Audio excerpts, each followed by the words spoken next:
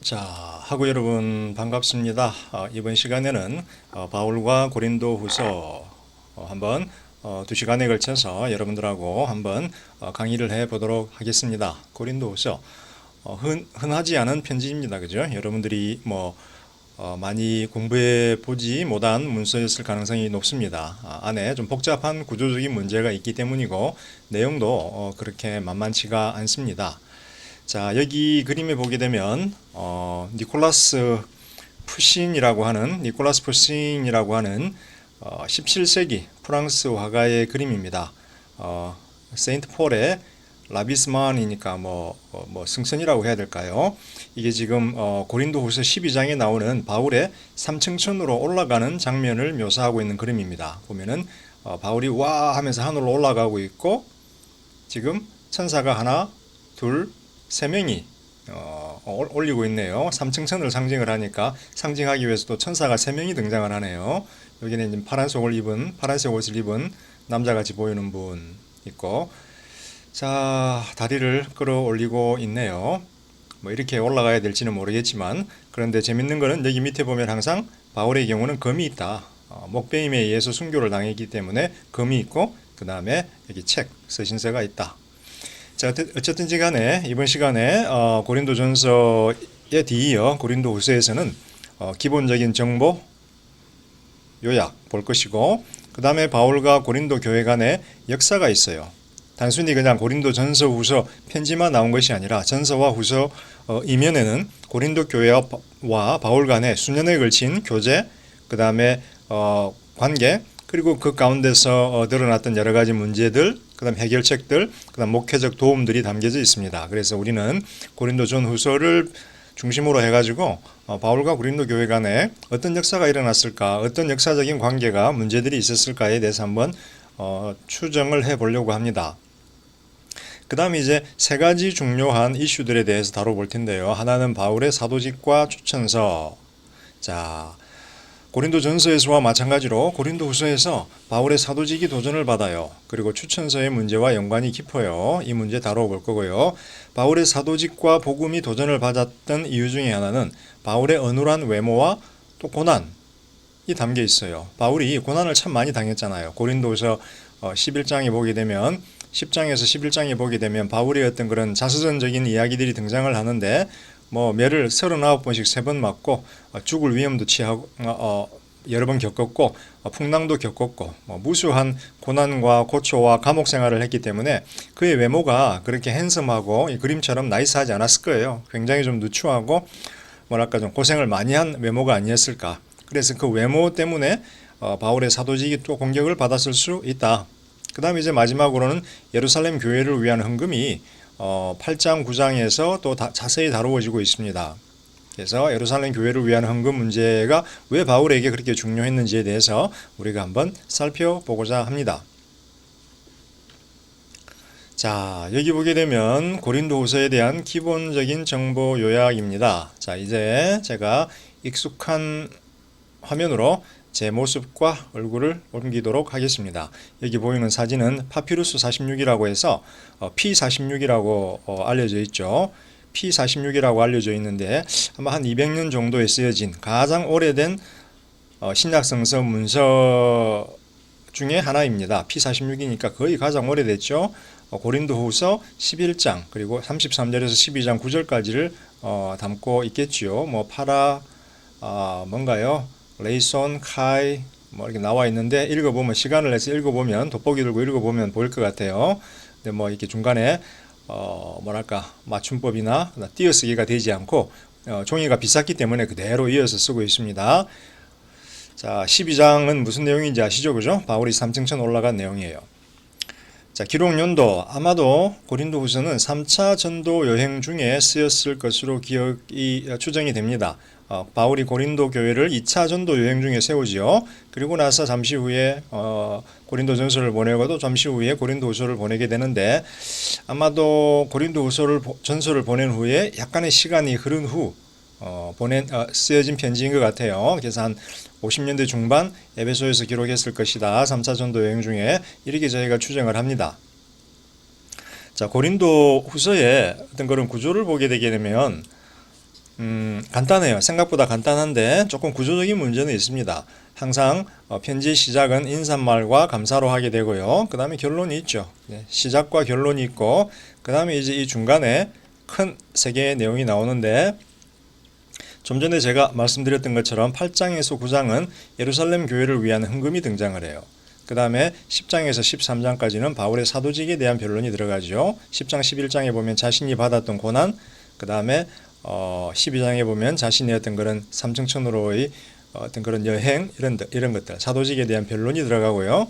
그 다음에 이제 가장 그 메인 파트 가장 중간에 큰 부분은 바울의 사역에 대한 여기는 사도직에 대한 변론이 있었는데 사역에 대한 변론이 담기죠. 그리고 고린도 교회와 어떤 연관이 있는지에 대해서 이야기를 합니다.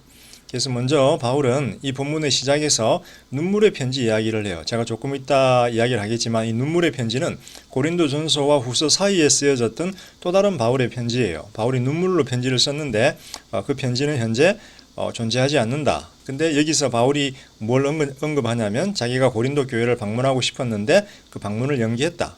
그런데 감사하게도 화해가 일어났어요.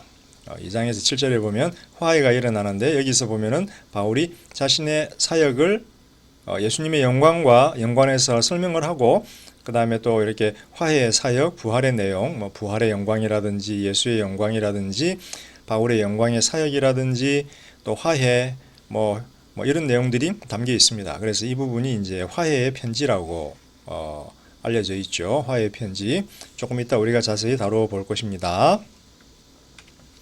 자, 먼저 바울과 고린도 교회 간의 역사에 대해서 한번 살펴볼 텐데요. 여기에 보이는 사진은 뭐냐면 인슐라라고 보이는 거예요.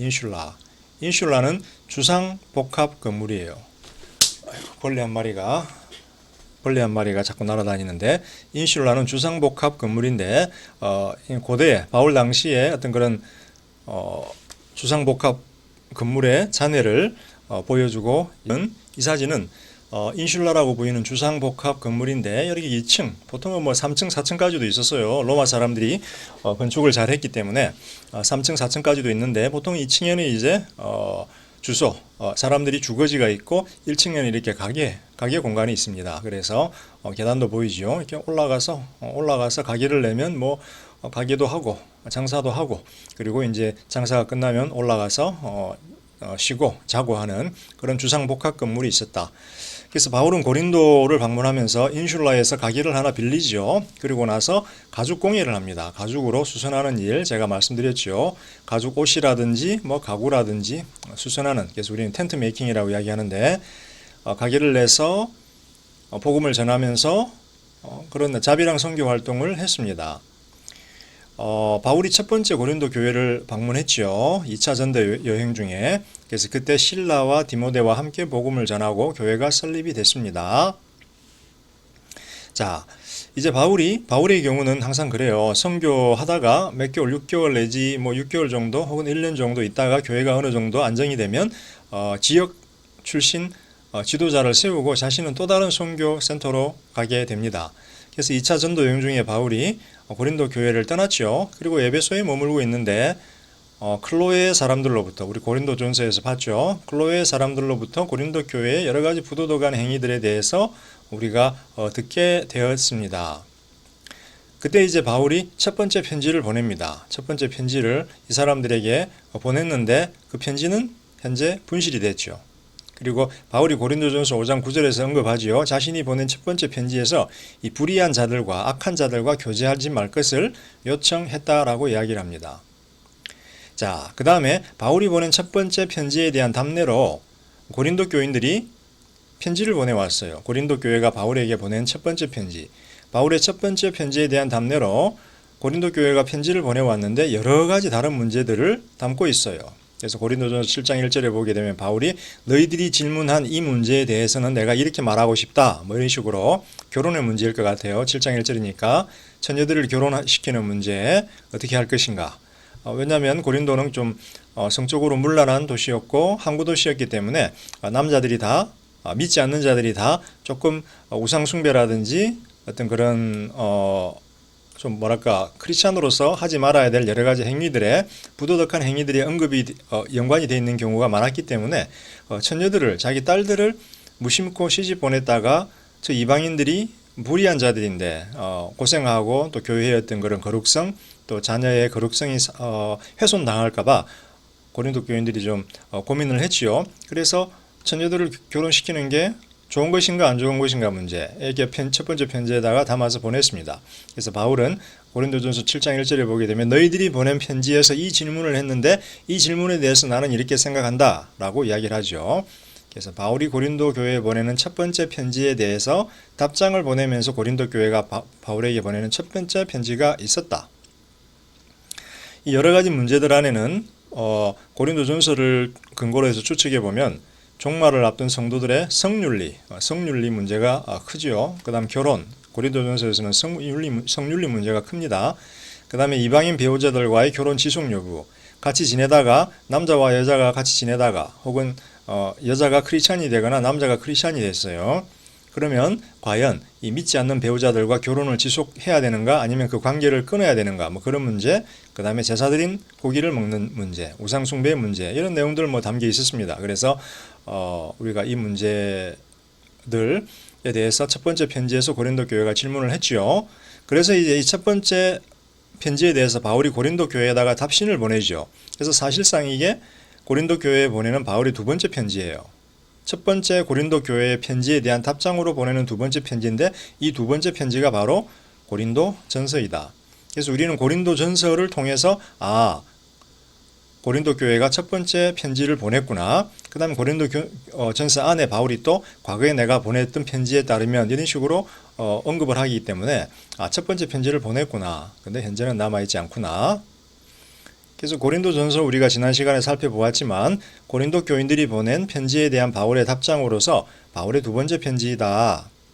특별히 몸에 대한 문제, 성윤리에 대한 문제들이 굉장히 많이 언급이 됐기 때문에 성도의 몸에 대한 가르침이 고린도전서의 핵심 내용이었다. 그래서 거룩함, 성결, 그 다음에 마지막 15장에는 뭐였어요? 성도의 몸의 부활에 대한 중요한 가르침을 담고 있었다.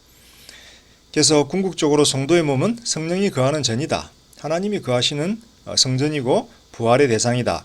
라고 해서 고린도전서의 핵심 가르침은 성도의 몸에 대한 가르침이었다. 저희가 살펴보았습니다. 그리고 고린도전서 후반부에서 바울의 미래 계획에 대한 정보가 담겨 있는데요.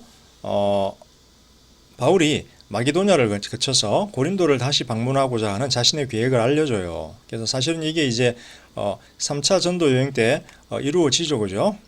3차 전도 여행 때 실제로 고린도를 방문을 합니다. 그 다음에 이 편지를 스데바나와 그와 동행한 두 명의 고린도 교회 성도들을 통해서 고린도 교회에게 전달을 했어요. 그래서 16장에 보게 되면 내가 누구누구를 통해서 고린도전서 이 편지를 보낼 것이다 라고 하는 내용을 바울이 언급을 하고 있습니다. 그래서 바울이 고린도 교회에 보내는 첫 번째 편지는 분실됐다. 고린도 교회가 바울에게 보내는 첫 번째 편지를 읽고 바울이 보낸 두 번째 편지가 바로 고린도 전서이다. 자, 제가 잠깐 착각을 했네요. 제가 잠깐 착각을 했는데, 자, 바울의 두 번째 고린도 방문이 있었습니다. 이 방문을 바울은 고통스러운 방문이었다라고 이야기를 하는데요. 아마 이것은 3차 전도 여행이 아니고, 3차 전도 여행이 아니고, 어떤 간단한 방문이 아니었을까라는 추정을 한번 해봅니다. 추정을 한번 해보는데, 두 번째 고린도 방문, 고통스러운 방문인데 고린도 전서를 보낸 후 바울이 기회를 틈타서 다시 고린도 교회를 방문을 했습니다. 그리고 이 방문을 통해서 고린도 교회의 부도덕한 자들을 심판하고 교회의 거룩함과 순수성을 회복하고자 의도했어요.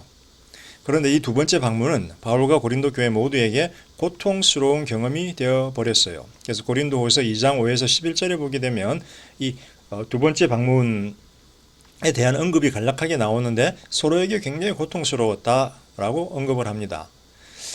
바울의 공격을 받은 한 성도는 바울의 어눌한 외모와 어눌한 언변에 대해서 비판해요. 바울의 외모가 막 보잘것이 없다라는 거죠. 말도 잘 못한다라는 거죠. 그러면서 여러 성도들을 자극해서 바울을 공격했어요. 그런데 많은 성도들이 이 부도덕한 성도와 공조해서 바울을 공격을 했습니다.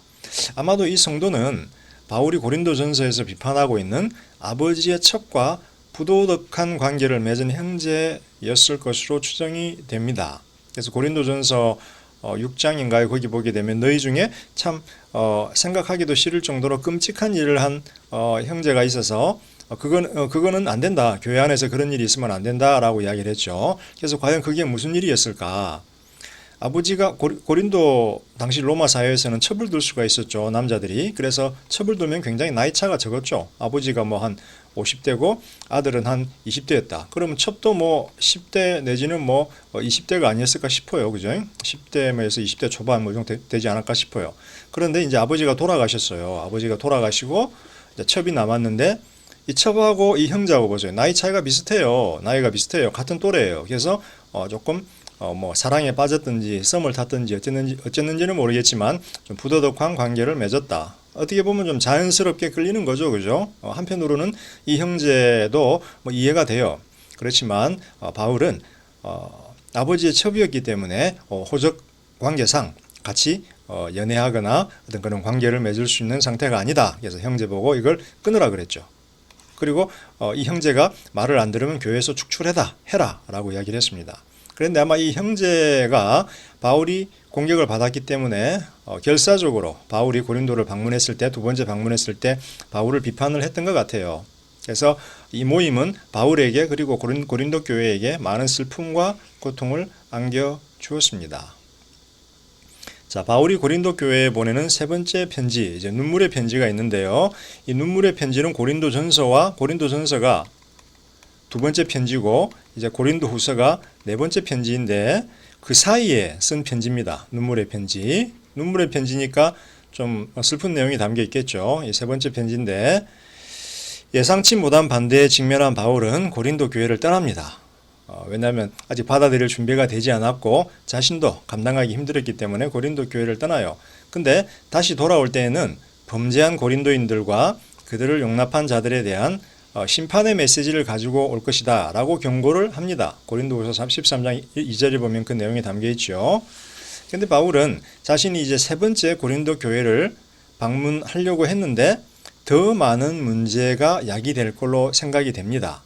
자기가 갔는데 두 번째 고통스러운 방문처럼 서로 굉장히 고통스러운 관계가 재현될 것을 생각이 들었어요. 때로는 우리가 감정이 격양되어 있는 상태에서는 얼굴을 마주대면서 토론하고 논의하고 뭐 해봤자 더 나을 것이 없어요. 그죠? 좋아질 이유가 없어요. 때로는 좀 시간이 필요하다. 그래서 바울은 이 세 번째 방문을 연기하게 됩니다. 고린도후서 2장 1-4절에 보게 되면 자신의 세 번째 방문을 연기한 것이 너희들과 내가 좀 더 시간을 가지면서 한번 서로를 돌아볼 시간을 갖는 게 좋겠다라고 그래서 연기했다라고 바울이 언급을 합니다.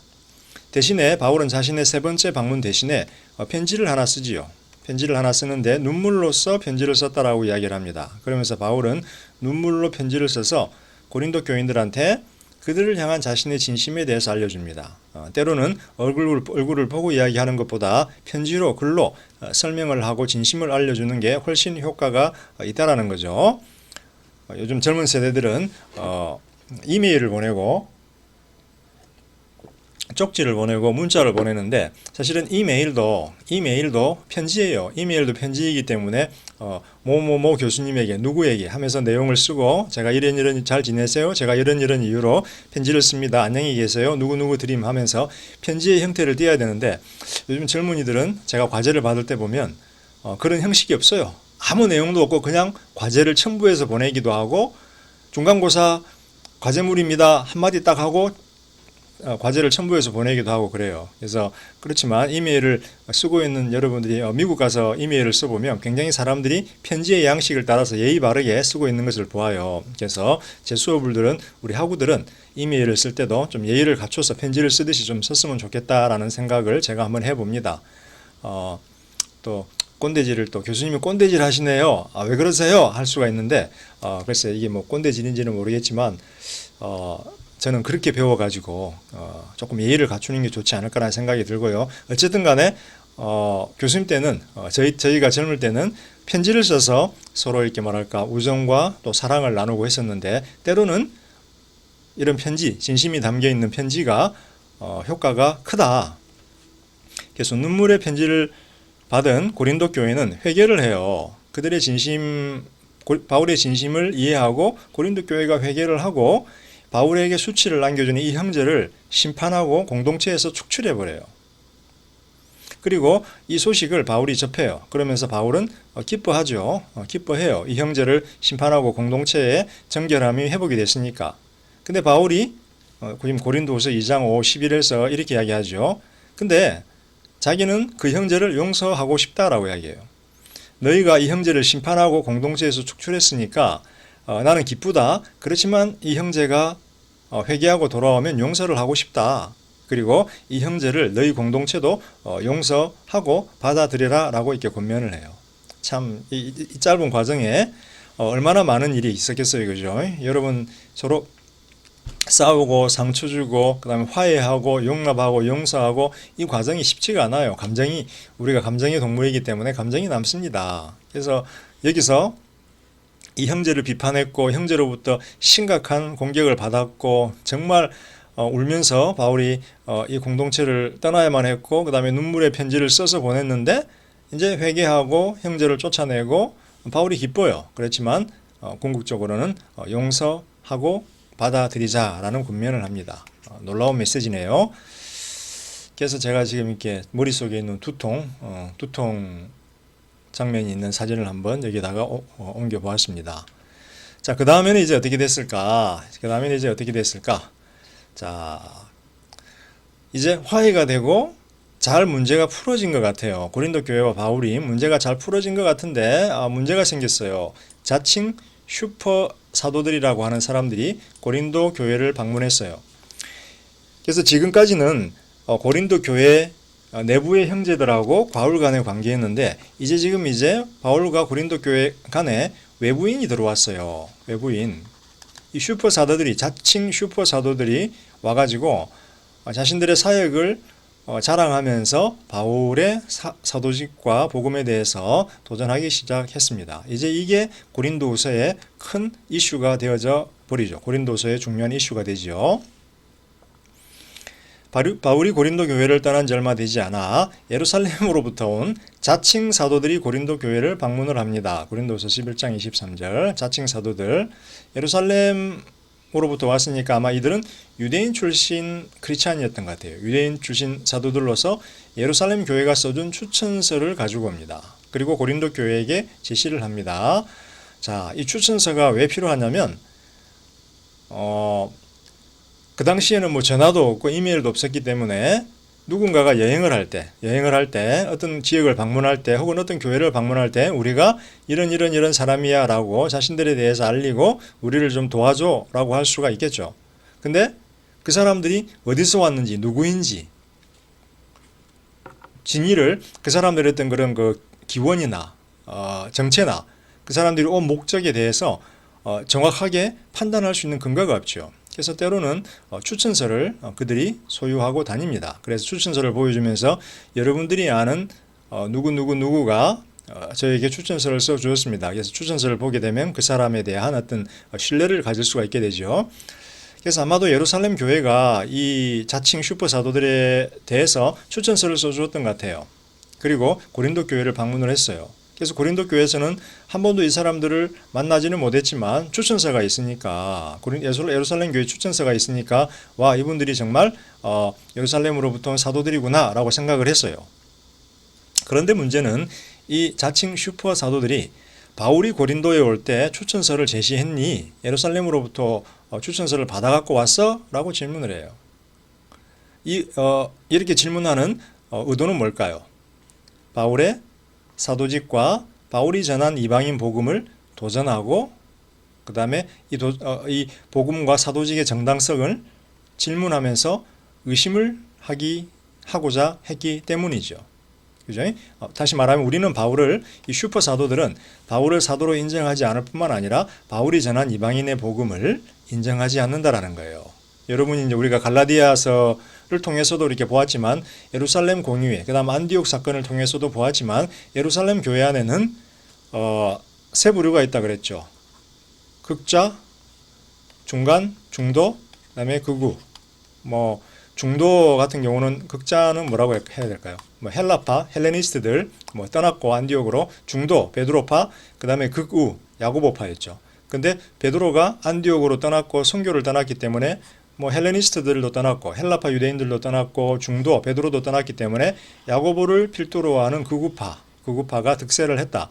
그래서 우리가 예루살렘 교회라고 할 때 바울 당시 이제 예루살렘 교회 할 때 50년대 중반 이후는 극우파이다. 유대인 출신 제자들이 다스리는 극우파 성도들로 채워진 교회다. 따라서 이방인 선교, 바울의 사도직, 바울의 이방인 선교에 대해서 조금 긍정적으로 바라보지 않고 도전하는 사람들이 주류였다. 그래서 이 슈퍼 사도들은 예루살렘 교회로부터 와서 고린도 교회를 들쑤시면서 바울의 사도직과 복음에 대한 질문을 제기했다. 근데 이 사람들이 자신의 사도직의 증거로 추천서 외에 또 다른 것을 제시를 했어요. 그거는 뭐냐면 자신들이 행한 기적들이에요. 우리가 굉장히 많은 기적도 행하고 우리에게 하나님의 능력이 역사하고 있다라고 하면서 그것이 바로 우리가 받은 참다운 사도직의 증거다라고 주장을 하죠. 그러면서 이 사람들은 바울의 연약한 외모, 고난을 많이 받았으니까 얼마나 비루했겠어요. 모양이 잘 입지도 못했고 잘 먹지도 못했고 그 다음에 말투가 좀 어눌했나 봐요. 바울이 모르겠어요. 이게 수사학인지 뭔지는 모르겠는데 좀 어눌했나 봐요. 그죠? 그러면서 바울의 연약한 외모와 어눌한 말투를 근거로 그가 사도로서의 자격을 갖추지 못했다라고 공격을 합니다. 그래서 10장 10절에 보게 되면 나오죠. 그래서 고린도후서 10장에서 11장 12장까지 보게 되면 바울의 사도직에 대한 슈퍼 사도들의 도전과 바울의 어떤 그런 응대가 기록되어 있습니다. 그래서 이게 지금 고린도 후서의 빅 이슈이다라는 거죠. 자, 가만히 있을 바울이 아니죠. 이제 편지를 씁니다. 네 번째 편지를 쓰죠. 네 번째 편지가 바로 고린도 후서인데요. 이 부분은 잠시 휴식 후에 다시 한번 논의해 보도록 하겠습니다.